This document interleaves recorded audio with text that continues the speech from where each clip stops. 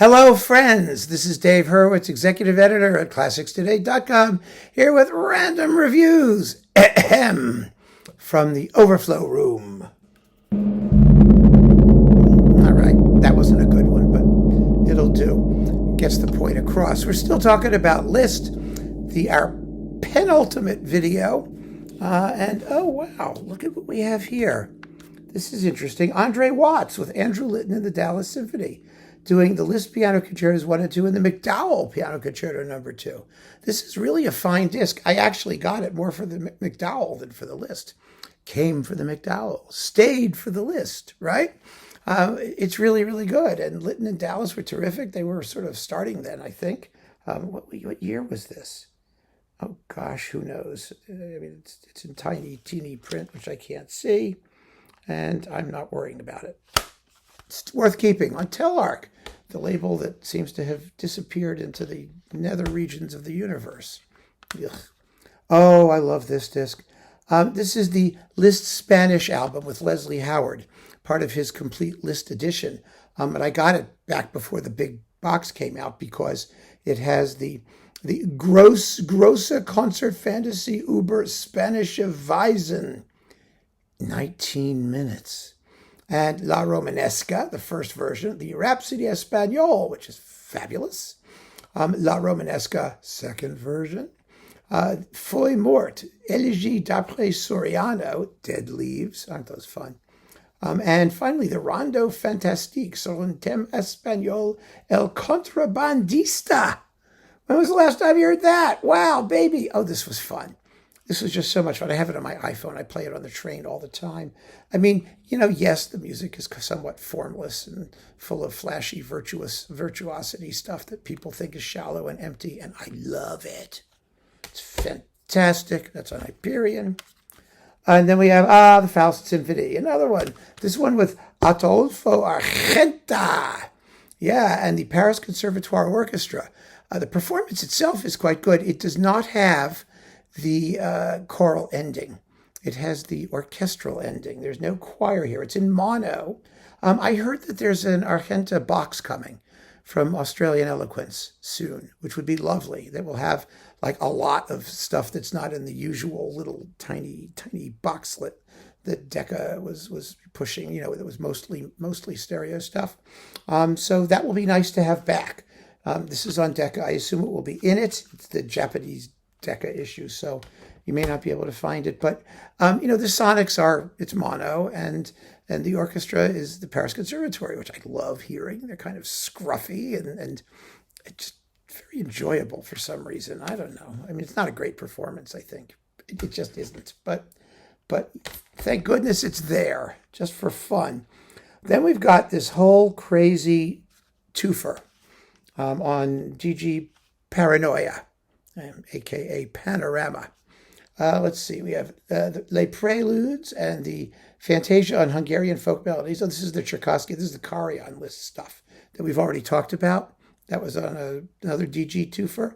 And then you've got Martha Argerich doing the first piano concerto with Claudio Abbado, a fabulous Mephisto Waltz with Vladimir Ashkenazy, the Argerich doing the sonata in B minor, Richter doing Feu Follet and Harmonie du Soir, and Claudio Rau with Bénédiction de Dieu dans la Solitude, and the Hungarian Rhapsody No. 6, again with Argerich. This is a great Liszt collection. One of the best things in this series. It really is. Oh, Stephen Huff, the Liszt Sonata in B minor, another B minor sitting around here.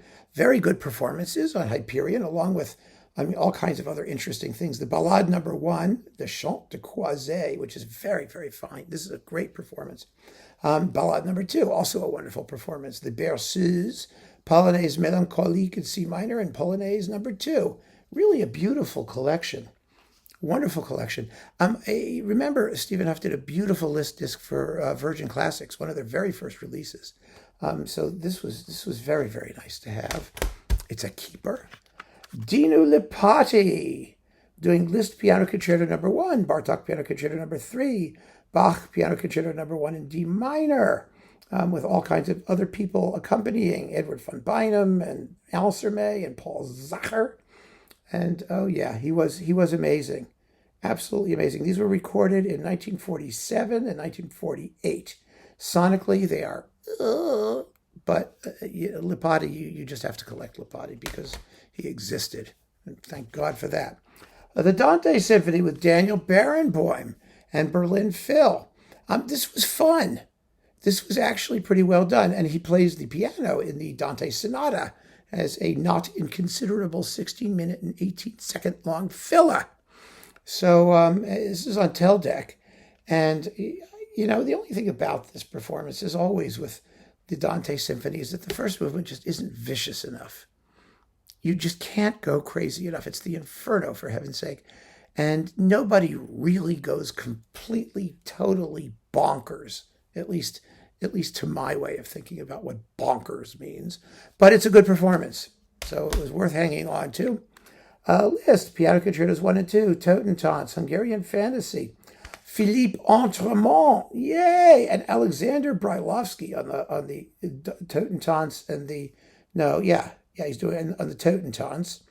Let's see, Fantasy on Hungarian Themes is Seiji Ozawa. The rest is Ormandy and Philly.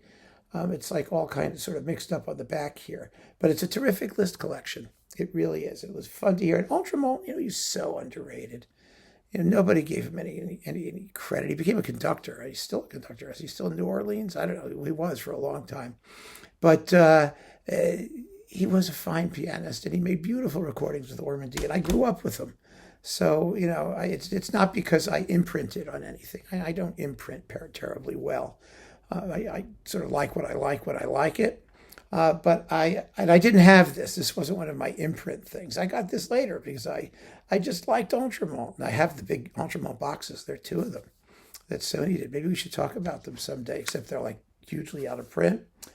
Grieg Piano Concerto, Liszt Concertos 1 and 2, Van Cliburn, Philly, and Ormandy, 1968 and 70.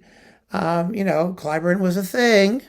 And so I got these. I don't really like them all that much, but I keep thinking I should because Van Cliburn was a thing.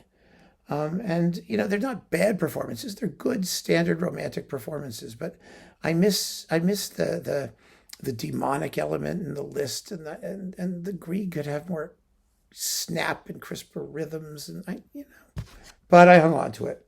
Oh, Jenny Lin. Jenny Lin is a fine pianist. She does mostly contemporary music.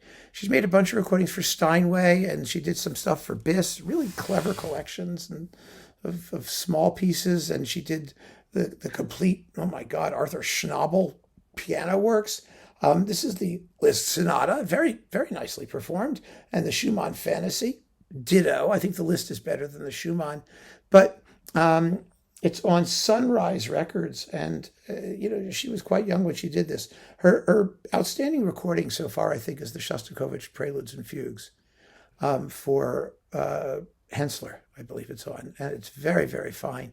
She also did the Bloch Concerto Symphonique, which I was pushing, actually. I pushed her to do it, and she did it, and I was so proud, except that the conductor really, really didn't give her the best accompaniment in the finale.